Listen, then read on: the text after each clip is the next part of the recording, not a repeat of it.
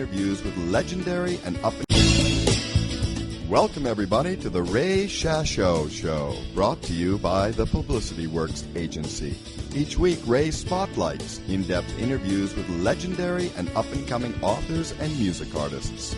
Ray also features the movers and the shakers of the music and publishing industries and suggests important methods for getting the most out of your public relations and marketing needs.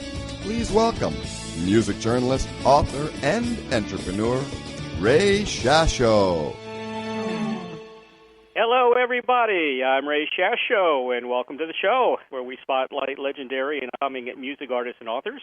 Brought to you, of course, by the Publicity Works Agency. Call us today at 941-877-Y52 or visit www.publicityworksagency.com. We shine only when we make you shine. Our very special guest today is Swiss native Patrick Moraz, the extraordinary keyboardist and composer for no less than two legendary supergroups. Yes, from 1974 through 76, and the Moody Blues from 70 through 91. Patrick's first solo album, entitled The Story of I, was hailed by critics as a musical masterpiece. Most recently, Patrick Moraz and Greg Albin have released their first album together entitled Map. The meaning of Map is, first and foremost, the Moraz-Albin Project. It's an excellent CD and features an array of prodigious musicians. Map is available to purchase at www.map.website, cdbaby.com, and, of course, Amazon.com, to name just a few. It is my great pleasure today to welcome Patrick Moraz to the Ray Shasho Show. Hello, Patrick. Hello, Ray. How are you doing? That's great to hear your voice, because the last time we did an interview, which was, about, 9 months or a year ago. And I'm really, really happy to be invited on your show again, and very honored about it, because you did such a great interview already. It's fantastic. Yeah. Well, thank you so much. You know, when I started this program, I said the first one I was thinking about is Patrick Moraz, because you're definitely one of my favorite keyboardists of all time. And I definitely had to have you on the show. So it's wonderful with you again. Thank you so much. Thank you. Patrick, let's first chat about your most recent release, which I love. It's an instrumental. You're with Greg Albin. It's entitled Map, or the Moraz-Albin Project. And we talked about this project coming along with our last interview. I knew it was coming, but we never knew when it was exactly released. And it's out there for everybody to buy. How's this project all come together for you?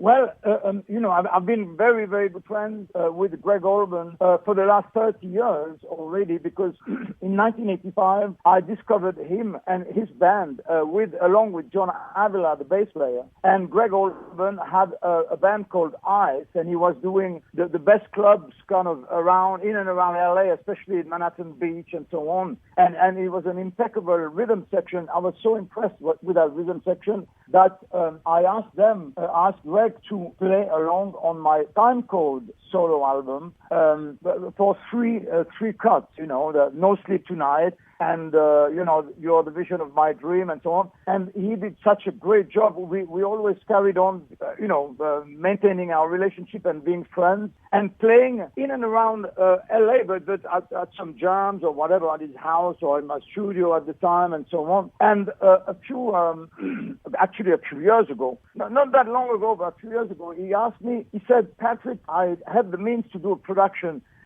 with you. I'd love to do. Could you compose me some tunes, for an album that I could play on with you, and we could produce it together? But I have the means to do it. Of course, it's going to take some time, and I'd love to do it. So I put my compositional skills to work, so to speak, and I came up with 14 pieces that I prepared in my studio in Florida, and prepared, fully composed and arranged, but with, of course, the space. I composed really for him in mind as a drummer, because I knew his style, and also I knew that he was going to ask John Avila basically on bass, and eventually, there's some other additional players fantastic players that we're going to talk about later. Yeah, you have some incredible players on that album, including the gentleman from Oingo Boingo, correct? Yeah, that's right. John Avila. Right. Is the bass player who played that for over 10 years with Oingo Boingo, with Danny Elfman, of course, the famous and one of my idol composers for films. You know, I mean, I love that kind of music. I love his music, and John Avila is a fantastic bass player and singer, but also is his own bona fide producer. He's done a lot of production, and I understand even that his daughter is a fantastic jazz singer who has already appeared at the Jazz Festival of Montreux, you know, and it's a fantastic family. Yeah. You've also appeared there, right, at that jazz festival? Is that correct? Oh, yes, several times, yeah. and hopefully I'm going to be asked to appear for the 50th anniversary next year at the Jazz Festival with MAP and maybe with some other guests as well. It's not a done deal yet, but I think you know, I've got all the trumps in my hand. to do that, you know. Well, you're certainly one of the great keyboardists in the world, and you always have been, and I've always admired your work. This album, my comments on it is it will cleanse the soul, it's upbeat, and thoroughly satisfying. I hope you like those words. Absolutely, man. Yeah, man, it's such a compliment, especially coming from you, because you're doing so many interviews with so many great musicians and singers and people in the art community of the United States and so on, and you know so much. That's coming from you. It's like, wow, man. It's the epitome of compliment. Yeah. I appreciate that. I do have favorite tracks, and I always point out favorite tracks on the album. My favorite, I've got to say, I love every track, but come on, Alien Species. Oh my God, that is such an awesome track, very spacey track, and you know, it's so different than the other tracks because a lot of the other tracks are upbeat. You know, you got a little bit of jazz influence and fusion. There's a lot of you know, different genres I can tell, but this one is specifically a spacey tune, and I'm into space. I'm into progressive rock. That's why I love You and Yes and the Moody Blues. And Alien Species is such a great track. I love that song. What got you to you know, go off you know, the path there a little bit and write Alien Species? Well, originally I recorded 14 tunes for the album, for the MAP CD, and then eventually we chose, of course, mutually speaking, Greg and I, we chose 9 tracks, and we thought about that after the 8 tracks of the MAP, which are pretty intense. I mean, apart from the 7th one, which is a very kind of laid back, but also has a great feel to it. It's a slower track, but it's a kind of a very difficult track to have played together because, you know, there's such a feeling and there's some spaces and you know, it's slower. But all the other tracks are really fast and demanding, also not only to the players, but for the players, but to the listeners. And so we thought that to end up the album with something very spacey and also to do a little reprise of the word alien, you know, because alien comes also from the fact that, personally speaking, I'm an alien. I'm a registered alien in the United States. That's so, funny. You know, I'm always, of course, we're always interested with extraterrestrial potential encounters and discoveries and so on. And alien has been part of my vocabulary as a word since many decades, actually, you know. That's funny. I didn't think of it that way. I just thought you were very much into, like you said, the extraterrestrial and space, and because that would make sense.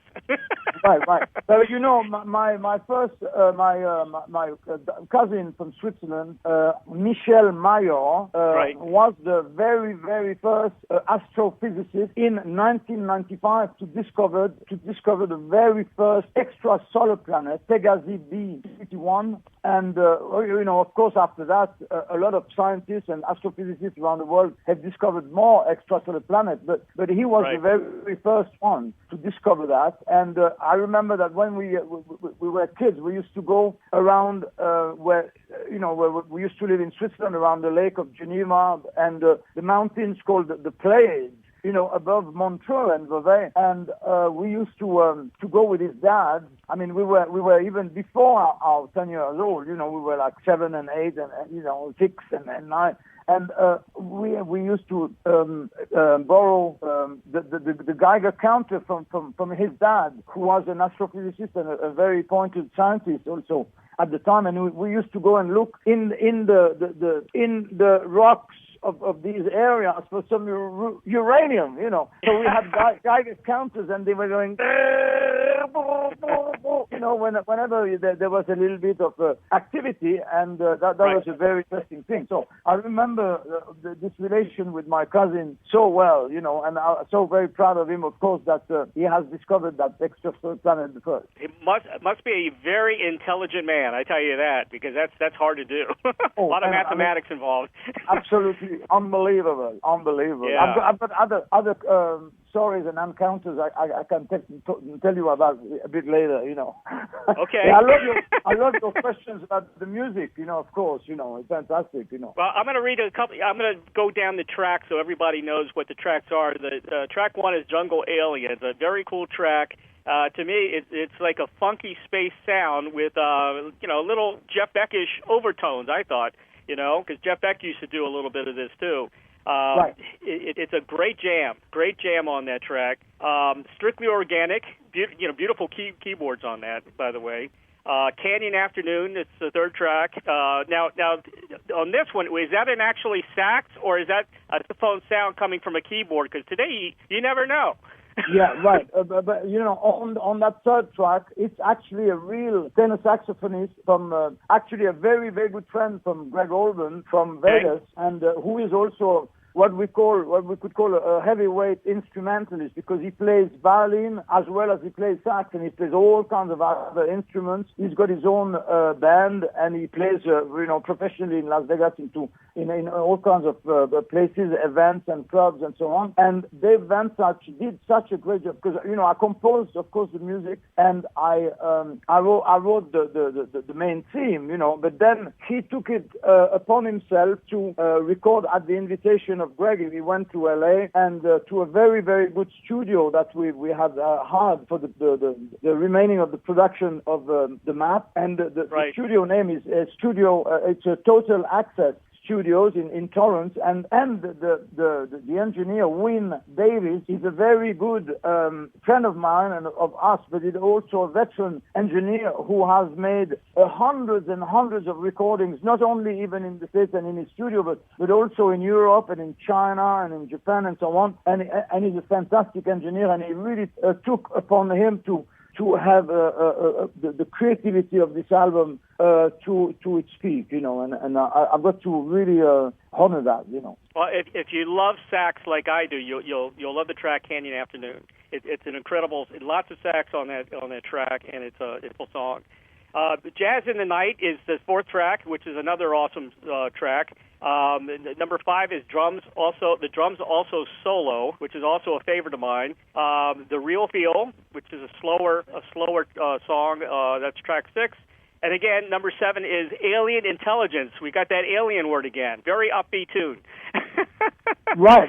And very upbeat. And for that tune, I'd like to point out that when I was composing it, and when I was doing, of course, all the instrumentation basically to have the arrangement for the other players and so on. Of course, John Avila is playing the bass on that track, but in the middle, I think it's at 2 minutes 18 until 3 minutes 18, there is some aspect of the bass solo in the middle part of the song. And I actually, once again, to answer your question about instruments nowadays, we don't know if they are real instruments or keyboards. But that one is actually played by myself on a keyboard, and with a very extra sample, I organize and get the sound of, and I played it myself, that bass solo. And at the time, I was not even aware that Chris Squire was so ill, and it's only later, but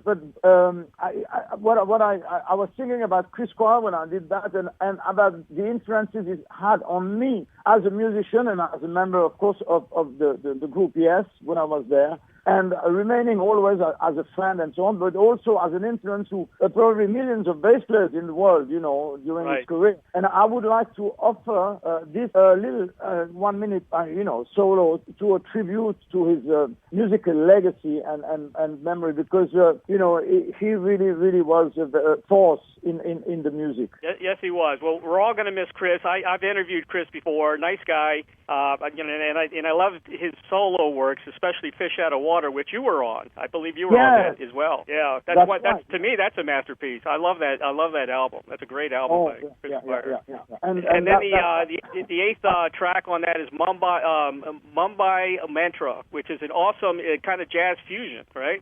On that track, with an Indian kind of flavor, right? Which I love. And on this one, I've got a different bass player, okay. And his name is Patrick Perrier. Of course, he's got no relation to the Perrier water family in France, but to tell you that Patrick Perrier is probably one of the most sought after bass players in that part of Switzerland. He lives not far from Montreux, but I can tell you that guy does at least 2 or 3 sessions with different bands and people and recordings every day, and he has at least 3 or 4 different shows a week, and he's so in demand because he's the nearest, if I may even mention the name of one of the greatest bass players in the world as well, along Chris Squire as well, but we're talking about Jaco Pastorius, and the Patrick Perrier is probably one of the very nearest sounding and playing bass players that I've ever encountered in my life, who can play who is near Jaco Pastorius' style, and who was probably the epitome of a bass player at the time. I've been very fortunate to play with some of the very best bass players in the world, including Jeff Berlin, and very good friend of mine who plays on I, and my first solo album, I, a.k.a., of course, also known as The Story of I, but it was called I originally, and also a very, very, very good friend of mine called Bunny Brunel, who I've appeared on, and also a bass player who is now playing with Yes, but he plays also guitar, and he plays all kinds of instruments. He plays even the drums, and he sings, and he does his own productions. I'm talking about Billy Sherwood. Very, very good. That's right. Mm-hmm. Yeah, I've interviewed Billy and I've interviewed Jeff, and they're both nice guys. Both nice guys. Yeah, and very, very talented musician. Yeah. Oh, absolutely. I think at one time they said that Jeff might be one of the greatest bass players in the world at one time. Is what they were all saying about Jeff Berlin. He probably was in his own style. He's in style. He has a style. I mean, I think he dedicated a lot of his bass playing to. I mean, he can play anything, really. He can play, and he can read anything, and he can write anything, and he can compose. He's a great composer as well. But he has a very preferred liking, I think, for jazz, for some aspects of jazz tunes, and even standard and renditions that he has done on his own albums. And but he can play absolutely everything. Actually, he replaced Chris Squire as the bass player during a year, I think, or 2 or whatever, Well, MAP, or the Moraz Album Project, is an incredible album. Like I said, the album will cleanse the soul. It's an upbeat and thoroughly satisfying, beautiful piece of work. Everyone should go out and buy that, and you will thoroughly enjoy the album. And I give it 5 stars. If I have to, I'll give it 5 stars. Hope that's okay. Well, thank you. Thank you so much. Thank you. You know what? If you just joined us, we're talking to the legendary Patrick Moraz, the keyboardist extraordinaire, played with 2 legendary rock bands, or as what they say today, classic rock, which is Yes and the Moody Blues. How many people can say that?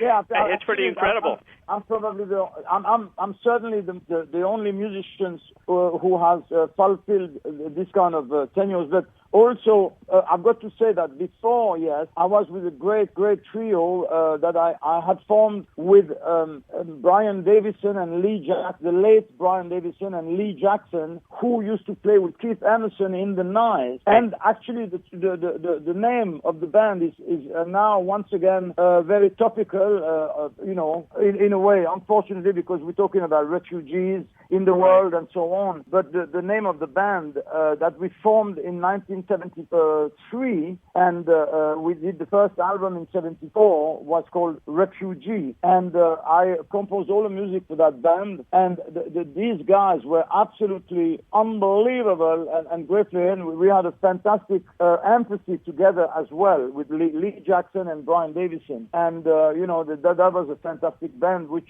could have been actually on the map of the world at the time, if I hadn't that been was a great, called Refugee was a great band. Great band. You're right. Yeah. By the way, also what I'd like to quickly mention is that I've been able to recover all my CDs under one roof and all my licenses and so on, and I'm now distributing kind of myself. I've got 18 solo CDs. I've got 2 other CDs with Refugee, the live one and the studio one, and I've got another album and 2 other albums with Bill Bruford under the name of Moraz Bruford. But right. the package of my own solo CDs, including Main Horse, includes has an array of 18 CDs, which of course, I would like to offer to the audience, to my fans, and to the public, whether as a package or one by one, or even 2 or 3 of one kind, or whatever, or right. or other kinds. Even so, a box set, yeah. Yeah. I mean, when you see the package, it's very impressive, And I've got all that in my studio in Florida, all ready to go, and it'd be nice to have some requests for that, Excellent. Well, I'll be the first in line to purchase it. That's for sure.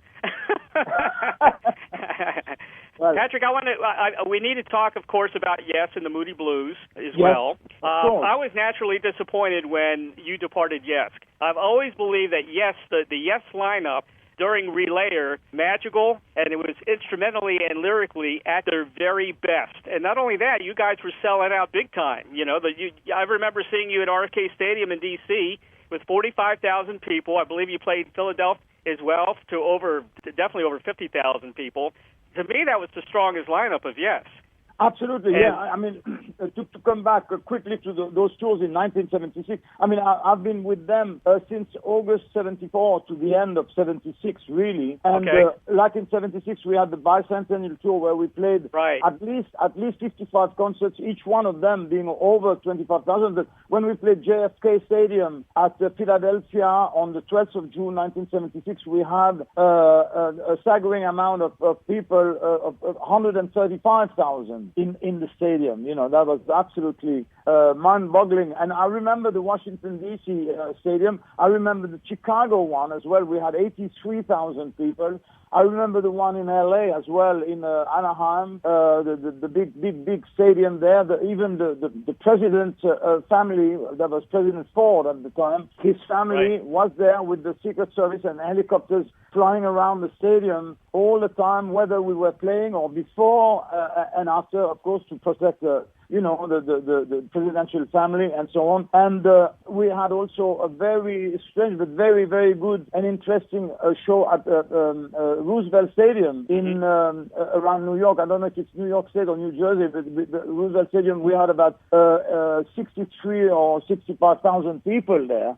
And, I mean, as you say, all the shows were sold out. Now, for the 2 years before that, of course, like you mentioned, I participated in, upon their request, like a Chris Choir, I played on Fish Out of Water, which was a very, very special and demanding kind of bunch of parts to play for the sessions. And that's the first time I really played and re-met, but played professionally with Bill Bruford, with whom I created the Moraz Bruford duo from 1983 to 1985. And I also played in 1975 when we decided to do the solo albums. I played, of course, and arranged the orchestra for Beginnings for Steve Howe, who came to me and presented me a musical sentence on his guitar and said, "Please, can you do something a la Vivaldi for me?"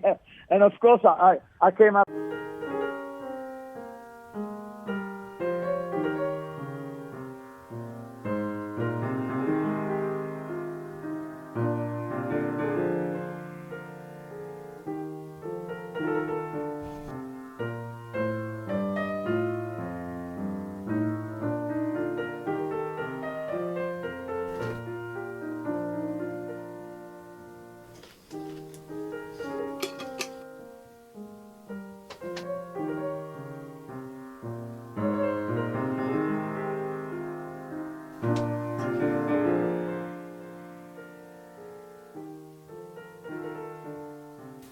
Can I have one of your pickles?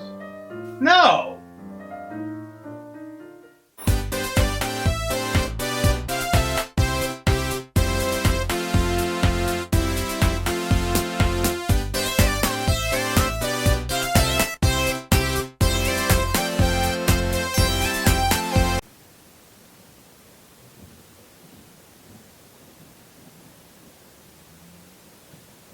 Hello, my name is James W. Cushing, and I am an associate attorney with the Law Office of Faye Reva Cohen.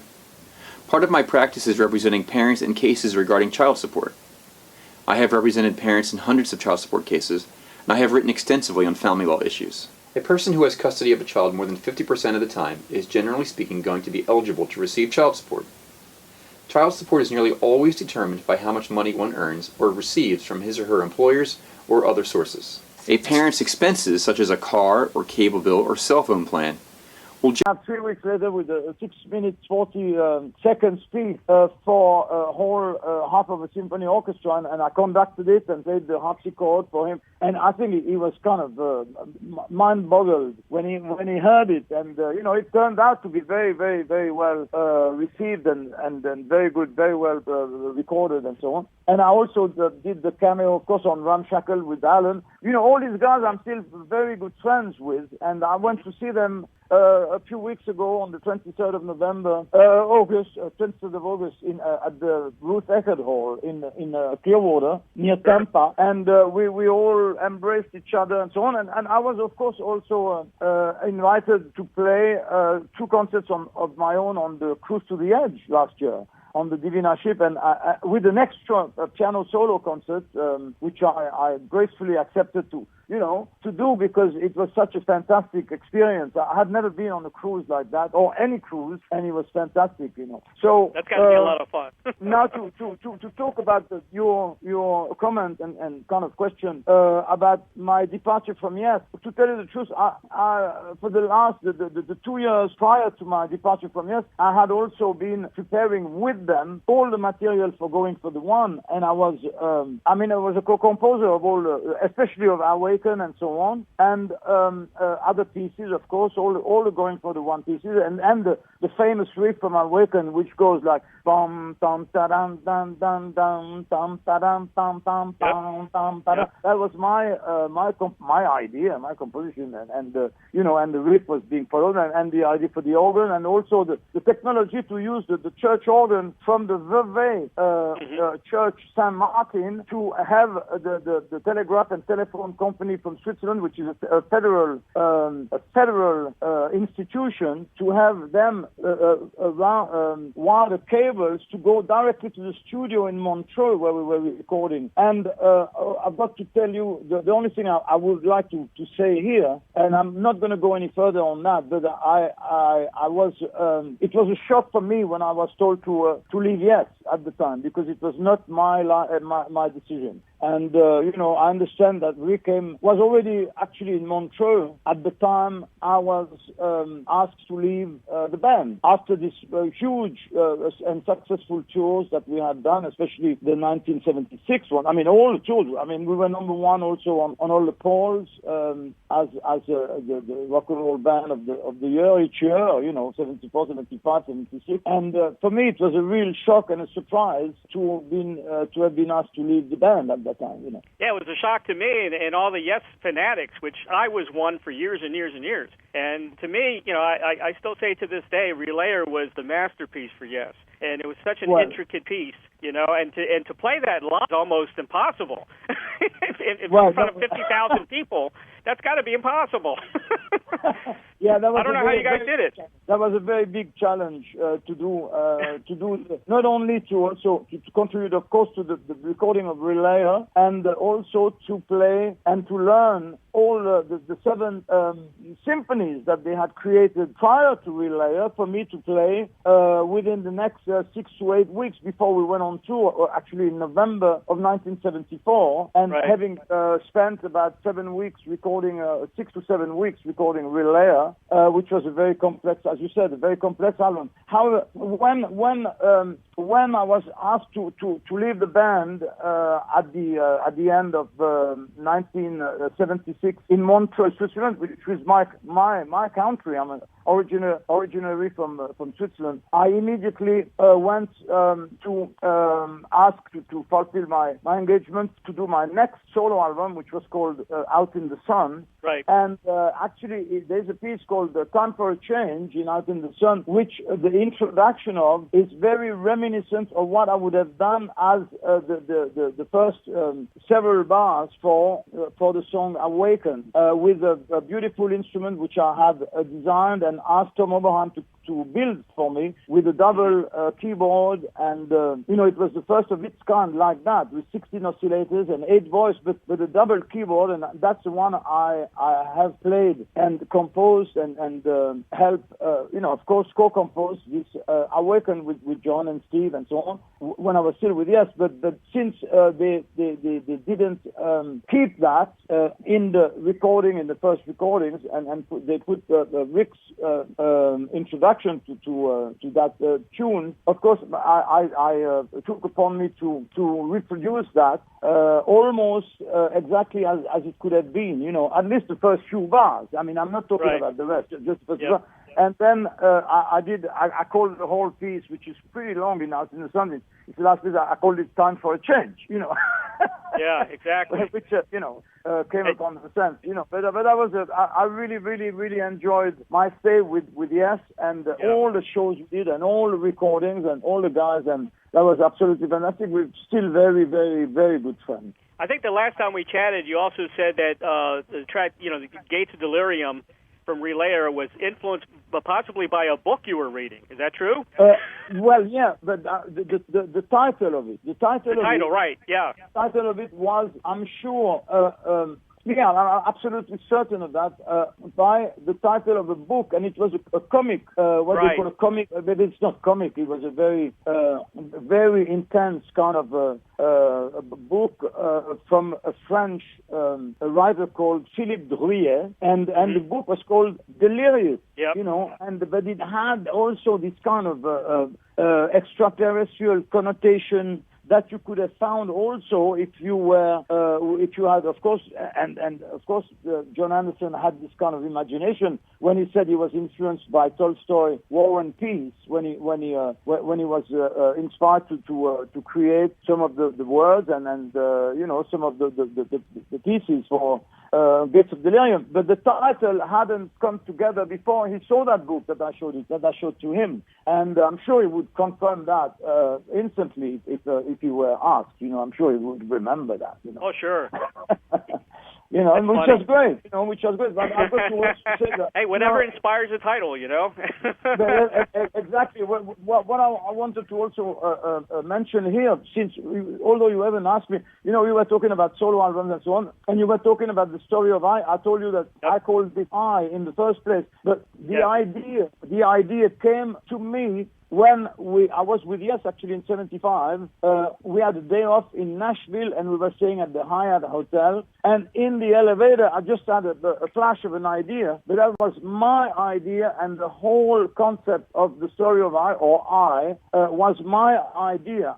It's not because I said it to John Anderson at the time that he didn't. He liked the idea, but he didn't give me any input to that idea, and I'm sure he respected the fact that I was the instigator of that idea. And I can say that it was 100% my own idea and inspiration. Well, I think with the untimely death of Chris Squire, I'm not happy with Yes touring with who they. It's just not the same, and I think the only way they can continue with dignity would be to bring back somebody like you on keyboards. And, Billy Sherwood does a heck of a job on bass, and he has played in Yes, so he's nicely there. I love Jeff Downs. I've interviewed Jeff. He does a marvelous job, but he wasn't with, one of the part of the big Yes picture. So I'd love to see you come back and John Anderson, and then we've got Now I can respect Yes again. That's Well, the only way I what, can respect Yes again. You and John Anderson coming back, or of course Rick.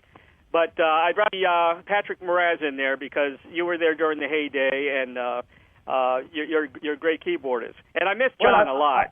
When I was talking with them backstage, and I was kind of joking about it, but I said, if ever you because these days, yes, they do 1 or 2 albums per tour completely, or even 3. I mean, 3 years ago I saw them do 3 albums. Now they're doing 2. I think they're doing Fragile and the Yes album, or going for the one and the Yes album, or Fragile, or and they or Close to the Edge or something. But I told them if they wanted ever to do the whole of Relayer and even the whole of Topographic Oceans, I'd love to be coming back to play that with them, even if we had to share the stage. If I had to share the stage, of course, if Jeff Downs was okay to share the stage with me, and we could, I mean, that would be unbelievable. And then I tell you what, those guys, I mean, Billy Sherwood is a fantastic musician. He knows the inside of Yes, like Chris Coire did. Of course, it's not exactly the same kind of player because he plays also. Don't forget, Billy Sherwood he plays drums, he sings, he plays guitar, and he has his own style. But I think he did a fantastic job when I saw them on the 23rd of August. And John Davison, their new singer, has the pitch, has the voice to deliver all the songs that John Anderson so geniusly created all over these past few years. Of course, John Anderson, I was always saying that, John Anderson is the spirit, is the true, inspired, also spirit of Yes, but also the spiritual kind of leader of the band, the way it was, and so on. And I'm sure he wouldn't mind. And I mean, they've done a reunion, a tour in 1992 or 1991, which I was very, very sorry not to have been able to join because I was potentially still with the Moody's, but I had been just told I was no longer with the Moody's just as they were starting the tour. And I would have loved to be part of that tour as well, especially with Bill Bruford and Alan. They had the 2 drummers, they had the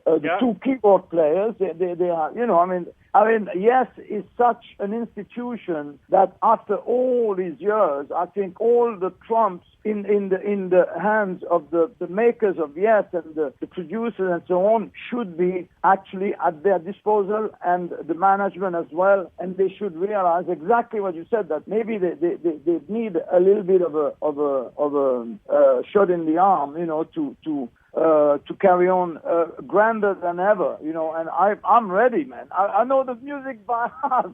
Of course you do. and my motto is always still, have keyboards, will travel. Yeah, have keyboards, will travel. And you have a lot of keyboards. Still, of course. Yeah. Still, yeah, I know. A reunion tour would be fantastic. Bring you in.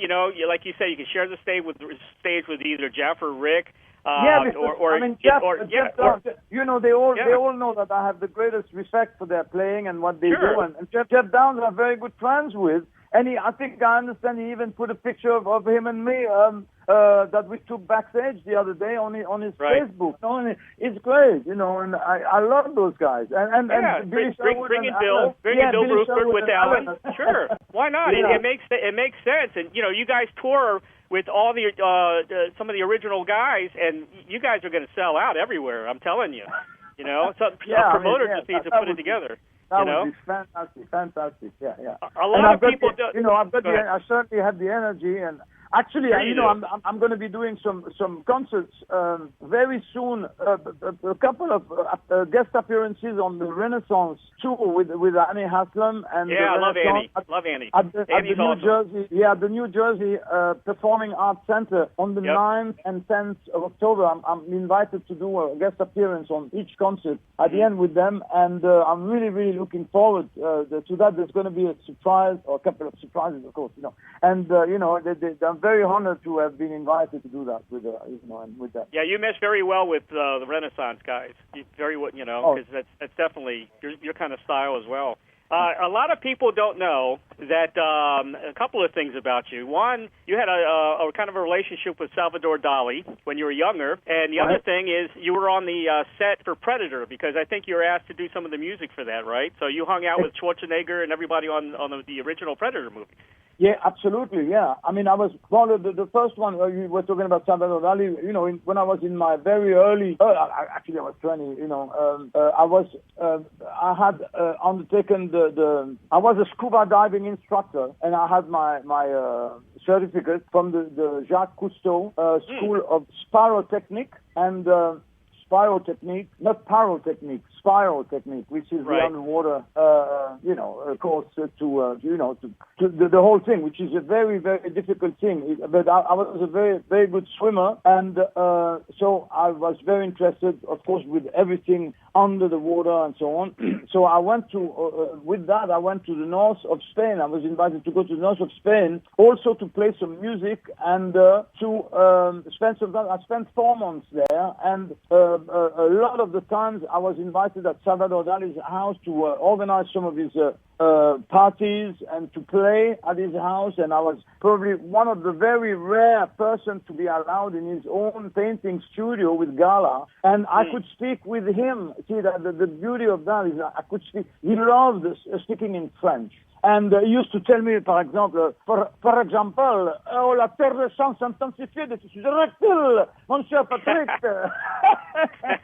And I could speak with his wife Gala, who was French originally from France. So I could speak perfect French with her and so on, and she loved that. And we had a very, very good, very, very tight understanding relationship. Of course, I never really disclosed that much because Salvador Dali, and it's such the artist that has been always remaining and put in that elevation all these years. I didn't want to make it, but I did spend, and the name of the place, of course, of the village, which was near his Paul Ligat property. Paul Ligat is Ligat. That's where he was. Yep. He had a huge property by the sea, and that's exactly on the north of Spain. It's about 40 kilometers from Portbou, which is the French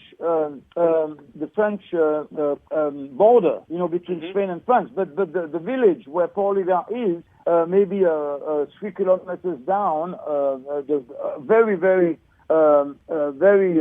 difficult road full of at the time, at least, full of stones and so on, and not at all cemented or anything like that. The name of that village, beautiful little village called Cadaqués in the north of Spain, with a beautiful little port and, of course, some of the best Spanish food and entertainment you could ever find there. There was a kind of a holiday kind of stop for all kinds of tourists. Not only from France, but from everywhere in Europe. And I spent 4 months there, and after that, of course, I came back to my own town in Geneva, Switzerland, and then that's when, since I didn't speak a word of English, still, my dad told me, well, why don't you get an au pair job as a cook, in England.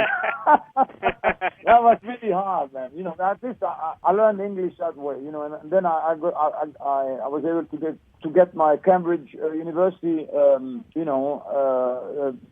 masters, for English, so I'm very happy about that, having been able to do that. But now you were talking to me also about another aspect of my life, and that was when you were talking exactly about which period, when you were on the set with Predator with Schwarzenegger, and I believe you did some music for that movie, or was asked to do some music. I did at the request of, that was at the end of '96. Right. But I was already working on another movie called The Stepfather from Joe Rubin, which was a very intense kind of thriller and so on. But they were still shooting and so on. But then I had been asked by Joel Silver, the very famous producer of not only the Predator movie, but also of the all these the Die Hard movies, and after that the famous the 3 trilogy with Keanu Reeves.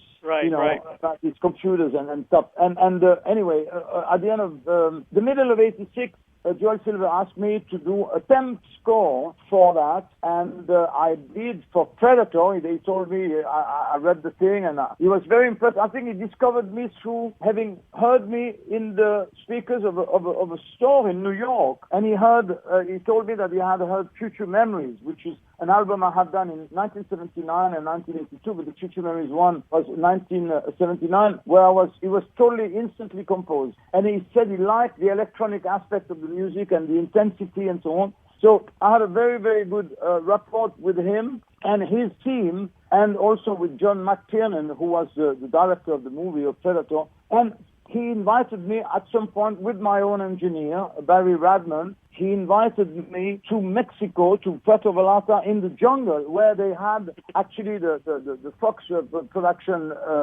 film company had actually bought a whole mountain to be able. They had bought the mountain with the restaurant that is appearing to be completely put to shred through a bomb or whatever in the movie. And he invited me there. I know I got flown by a private jet down there to Puerto Vallarta, and then whisked away by a helicopter to the jungle. I was going to stay. We stayed about almost a week there, and I was asked to take some pictures with Arnold Schwarzenegger in army fatigues. And for me, who is an absolute anti-militarist, especially as I'm a Swiss citizen originally from Switzerland, and Switzerland is a neutral country, I could never understand why a neutral country like Switzerland had the third best equipped army in the world at the time. I'm talking about in the 60s, when I had been obliged to actually go and do the compulsory and necessary tests and exams to be chosen to be in the army of Switzerland. But eventually, I got reformed. I found a way to get reformed. It's funny that I've never ever worn an army fatigue, and I've never even held a gun in my life in my hand. Well, if you're around Arnold Schwarzenegger, you have to. He was such a great guy, man. It's great because with him, he's from Austria, so I could speak with him in German. Yep. And we could joke in German and in English. Of course, he knew some French, of course, because it's very. And then there was also, I was with all that crew of actors who were fantastic. Like, of course, the guy who plays opposite Sylvester Stallone in all the Carl Weathers. Yeah, Carl Weathers. Yep. Became very good friends. And Jesse Ventura, who became also the governor of Minnesota at the same time almost as Schwarzenegger became the governor of California, man. So I was with two future governors, man, and these guys were so fantastic with me. They really treated me so well, and Joel Silver especially, very, very good. And I think there's a picture which was taken of me with Arnold on headphones, listening to my music in the jungle between two scenes being filmed. That was great. That was fantastic. That was really. Yeah, everybody needs to go to your website because you do have a picture there with Arnold Schwarzenegger, and it's really cool. And I've got some other ones where he's completely not in fatigue. He actually has taken his top off. So you can see his muscle and so on. It's really funny. But what happened is that, although I did the 10 score and I was ready to do the full score, I had to make a very important decision, because on the beginning of '87, with the Moody Blues, of which I was a member of at the time, since 1980, they made me a member of the Moody Blues in 1980. I had to choose between going with them, of course, and fulfill my obligation with them as a member to go to Australia to do start the world tour in Australia for several weeks, which was coinciding exactly at the same time as I would have had to record with a full symphony orchestra the music for Predator. And of course, since I had to decide to become to stay with the Moody's for that, they couldn't wait, and so of course they asked the fantastic and inspired. And another idol of mine for film music is Alan Silvestri, man. I mean, he did a fantastic job. That was like, oh man, I would have even loved to be just his assistant for that. You know what I'm saying? That guy is so, he's a genius. I mean, it's like fantastic, he did the job. And so everything turned out very well. I think even the Stepfather movie, which they were still shooting at the time, I had been able to finish it and go to Mexico and then come back and finish the Stepfather because they were still running those scenes. Turned out very well. Of course, not the same kind of box office success as Predator, but it was a very, very good movie, very scary. Yeah. I think the score I did for it was very well received, and I understand that. When I came to the last editing session when the film was just about finished, I had never been in that studio, the final editing studio in the Valley, in Los Angeles, in Hollywood. Everybody stood up and gave me an applause for the score, So that was really something else, Patrick, we're running out of time here. I just want to say, I think the last time we talked, just real quickly, A Way to Freedom, is that still in the works? Absolutely. Okay. The only thing I can tell you is that A Way to Freedom, I don't know if I've announced that or not, but people are under the impression that it's just one CD. It's not one CD. It's a whole package of 7 completely new CDs, which are encompassing not only my keyboards and a band and several bands and string quartets and so on, but also a symphony orchestra and a whole 150-piece choir. And that is that out yet or not yet? No. I'm still in production for that. Hopefully, still in production.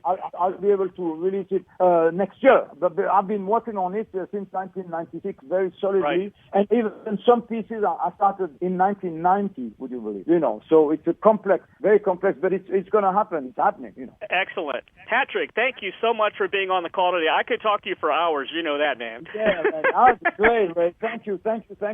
Thank you. Very honored to do to you. Importantly, for all the incredible music with Yes, the Moody Blues, and your brilliant solo projects, and the sensational music you continue to bring us. I thank you so much.